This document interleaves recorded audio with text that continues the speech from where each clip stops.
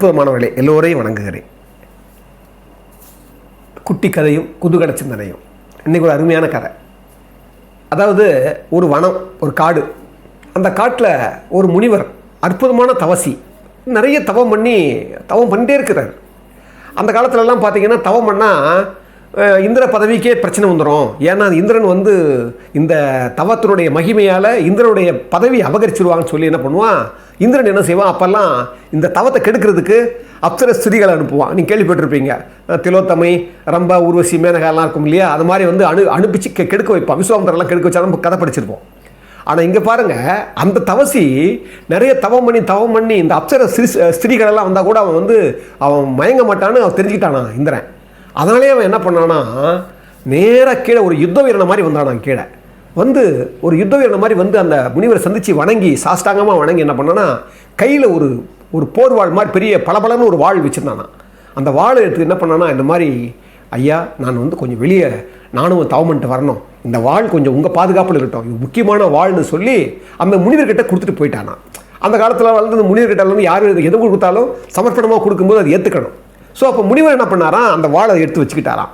வச்சுக்கிட்டு சரி கொடுத்துட்டு போனான்ல, போனவன் தான் திரும்பி வரமாட்டான். ஏன்னா அவன் யோசிச்சாங்க வச்சுருக்கிறான். இவர் என்ன பண்ணார், கொடுத்துட்டு போயிருக்காங்க, திருப்பி கொடுக்கணுன்றதுக்காக என்ன பண்ணாராம், இந்த வாழை கூடவே வச்சுக்குவாரான். தூங்கும் போதும் கூடவே வச்சுக்குவாரான். எங்கன்னா போனால் யாரும் திருடி போய்க்கூடாதுன்னு சொல்லிட்டு என்ன பண்ணுவாராம், எங்கன்னா போனோட அந்த கையிலே கொண்டு போவாராம். அந்த வாழ் மேலேயே அவருக்கு அந்த எண்ணம் வந்துருச்சான். ஒரு கட்டத்தில் என்ன பண்ணாராம், இந்த காய் கனிகள் எல்லாம் பறித்து சாப்பிடுவார்ல, இந்த வாழாலேயே அந்த அறுத்து சாப்பிட ஆரம்பிச்சிட்டாராம். நாளடைவில் என்ன பண்ண, இந்த வாழ் மேலேயே இவருக்கு எல்லாமே இந்த வாழோடவே செய்ய ஆரம்பிச்சிட்டாராம். நாளடைவில் என்ன ஆச்சான், இது மாதிரி பண்ணி தொடர்ந்து இந்த வாழை பற்றியே கையில் வச்சுக்கிட்டே இருந்து என்ன பண்ணாராம், அந்த வாழாலேயே மிருகங்களையும் இம்சை பண்ண ஆரம்பிச்சிட்டாராம். மிருகங்கள்லாம் வெட்ட ஆரம்பிச்சிட்டாராம். இப்படி வெட்ட ஆரம்பித்த உடனே அவருடைய தவமெல்லாம் மறைஞ்சு போய் அவர் செய்த நல்லதெல்லாம் போய் என்னாச்சான், நாளடைவில் அவர் ஒரு அசுரத்தன்மை வந்துருச்சான்.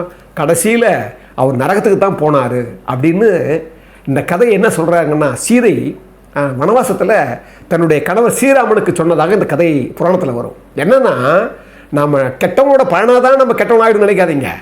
ஒரு கெட்ட பொருள்களை கையில் வச்சுருந்தா கூட நாம் கெட்டவன் ஆகிடுவோம். அதனால தான் சொல்கிறாங்க, உஷாராக இருங்க. வாழ்க்கைங்கிறது நீங்கள் சாதாரணமாக அப்படியே போயிடுறதில்ல, அப்படியே நீங்கள் மேலோட்டமாக போகிறதில்ல. ரொம்ப ஆழ்ந்த ஒரு சிந்தனை நமக்குள்ளே கொண்டு வரணும். அது என்னென்னா, கெட்ட மனிதர்கள் இருக்கிறாங்க, அவங்களால தான் கெட்டு போகணும்னு நினைக்கிறது மட்டுமே வாழ்க்கை இல்லை. கெட்ட பொருள்களுடைய சகவாசம் கூட ஒரு மனிதனை அவனை அசுரனாக்கி விடும், கெட்டவனாக்கி விடும்ன்றதுக்கு இந்த குட்டி கதையை ஒரு அற்புதமான இந்த கதை ஒரு முக்கியமானது.